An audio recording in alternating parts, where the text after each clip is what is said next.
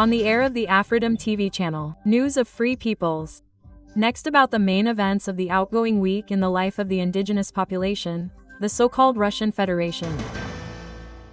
In Astrakhan, the entrance of a residential building collapsed. A State Duma deputy calls on the population of the Russian Federation to switch to cash payments. Bloggers from Buryatia were sentenced in absentia to 6 years in prison for a video on YouTube. The United States celebrates the Week of Enslaved Peoples, and TV has introduced a state of emergency due to forest fires. We discuss all this with experts and representatives of indigenous peoples in our new issue.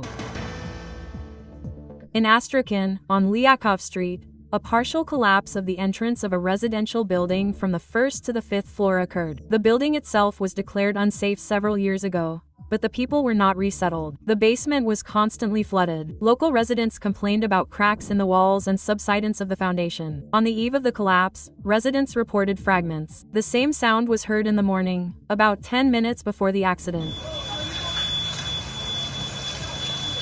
The authorities declared a state of emergency. They decided not to restore the house. Residents will be paid compensation from 15,000 to 156,000 rubles in the event of a complete loss of property. However, officials did not say how to restore it for this money. The investigative committee opened a criminal case on negligence regarding the collapse of the residential building. Internet outages have been observed in Russia all week. Users complain about the lack of communication in more than 30 regions, including Krasnoyarsk, the Urals, and the Astrakhan region. According to operators, the restrictions are related to ensuring the safety and protection of critical infrastructure facilities. Chairman of the State Duma Committee on Industry and Trade Vladimir Gutaniov said that the population should get used to such situations and be prepared for communication outages. According to him, temporary shutdowns do not radically change the lives of citizens, and if desired, you can withdraw cash in advance and not depend on digital services. Officials from Krasnoyarsk Ekaterina Kuzmanik are more radical. In response to complaints from the population about the impossibility of working remotely, she offered to go to SVO. There, everyone will find work. We talked with Stanislav Suslov, a representative of the Siberian independence movement, about what is happening with the Russian internet and how it can affect the mood in the regions. I think that, well, since the plant is so very big, yes, then, most likely, in different places, each official is trying to create some kind of their own management system. And, let's say, the main task of these officials is not to make some kind of solution to something, yes, the task at hand. Their main task is not to be guilty, not to be the scapegoat. Therefore, everyone comes up with what they can. Someone in their region says to exclude mobile internet. Someone is trying to ensure themselves with home internet. I think that for now the main task is, well, God forbid something happens, and you worked on the internet, and you will be extremely. Do you understand? That is, it is simply the fear of officials, and they are trying to do something to avoid possible troubles that may arise for them. According to analysts, every hour the disconnection of mobile internet costs the Russian economy an average of 776 million rubles. In 2024 alone, losses from shutdowns exceeded $16 million. The total damage from blocking and restricting social networks, as well as delays in internet work and reduced speeds, amounted to $21 billion. I can speak for Novosibirsk, because I talked to people there. They did not complain, everything seemed to work for them, but then again, this can also be local. That is, maybe it worked for them, for example, but for someone else it did not. And in the press I read a lot of reports that yes, in one region, then in another the internet is disconnected. And this was, like in some media channels on Facebook. Nevertheless, Stanislav Suslov is convinced that shutdowns will not become a so-called black swan for the government, and the people will not be outraged. And, in my opinion, if, for example, there are no protests now for any reason, that is, it doesn't matter whether it's the internet or something else, there are big losses of loved ones, for example, in the war and so on, no one will do anything. But if tomorrow, for example, the territories of the same Siberia are suddenly occupied by the Chinese or NATO or reptilians fly in, yes, or someone else, then no one will come out against it. Everyone will also calmly agree with this. They will say, well, Well, we lived under Putin, we will live under the reptilians, there are no problems, as long as they don't bother us. And in conclusion, a little statistics.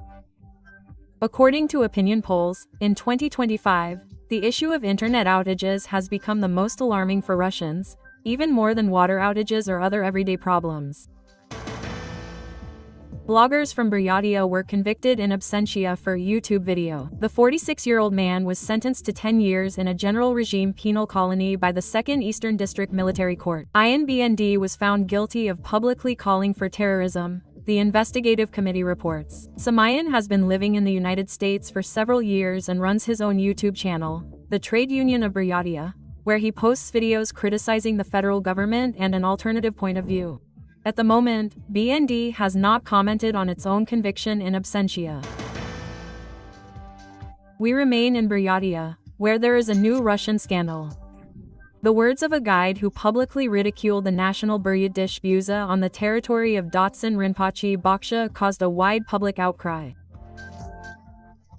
She recommended tourists to slurp and burp, stating that this is a traditional form of eating the dish. The phrase provoked a wave of indignation. Many called the guide's statements offensive. At the moment, her name is unknown, as is her ethnic origin. There have been no official statements or apologies yet. In the third week of July, the United States of America celebrates Captive Nations Week. This is not just a symbolic event, it is a whole law signed by Dwight Eisenhower in 1959. How did the document affect the captive nations and who was its ideologist? Deputy Prime Minister of the Government of Independent Tatarstan Ida Abdurakhmanova explains. This law, in order for it to be adopted, firstly, is two-part. Yes, the law was adopted by the USA. This is very strong. And secondly, it has been preserved and not only in the form of a resolution, it is a law. It is already difficult to cancel. It is remembered. Every president should remember this Captive Nations Week. And until these nations are liberated. But what is most interesting is that the author of the law was an American of Ukrainian origin, Lev Dobryansky, an economic and socio-political figure in the USA. The text of the document states, the USSR is a prison of nations that will sooner or later become free. This once again shows that Ukraine has always supported other nations fighting for independence, and always, so to speak, the active part, the progressive part of the Ukrainian public and political figures, they always understood that we can overcome this empire together. Also, in principle, we are doing the same today, yes, the anti-imperial bloc of nations and the Forum of Free Nations post-Russia. We are all together with representatives of the Ukrainian nation, we can say, fighting together, as best we can, against this empire. The text of the law, transformed from the resolution, lists the nations and territories recognized as enslaved. Among them, along with Tibet, the Baltic countries, Ukraine, Belarus, there is also the Urals. And the existence of this law is already a huge support for us, because by referring to the law, we can already ask for help and refer to this law. Maybe ask there to adopt some resolutions, help, and so on. Yes, this is a very strong point.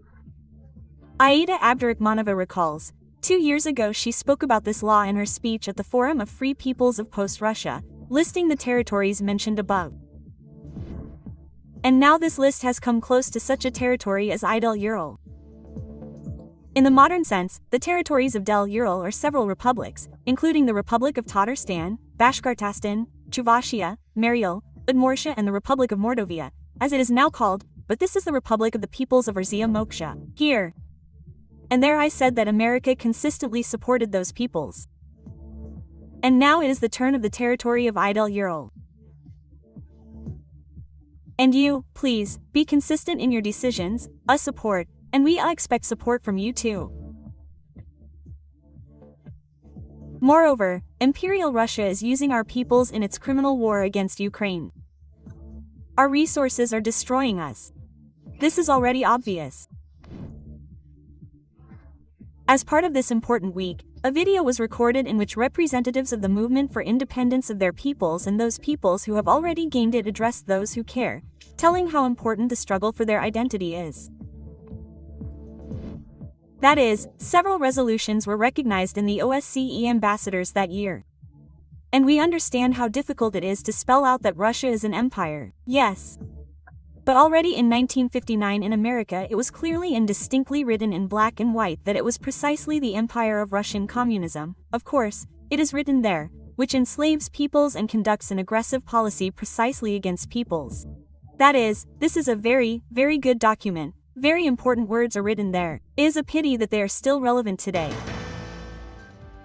In the Republic of Tova, a state of emergency. The reason is large-scale forest fires that have engulfed almost 900 Garo taiga. Dry and hot weather has set in the region.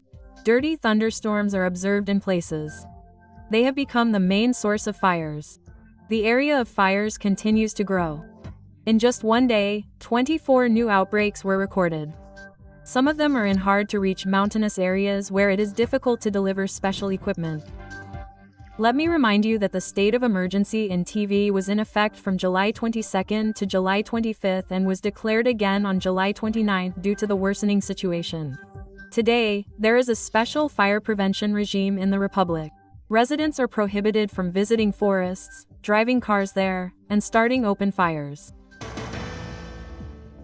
These were the main news from the lives of the indigenous peoples of the so-called Russian Federation. With you was Anastasia Klitnaya. The next issue is exactly 1 week away on the Freed TV channel.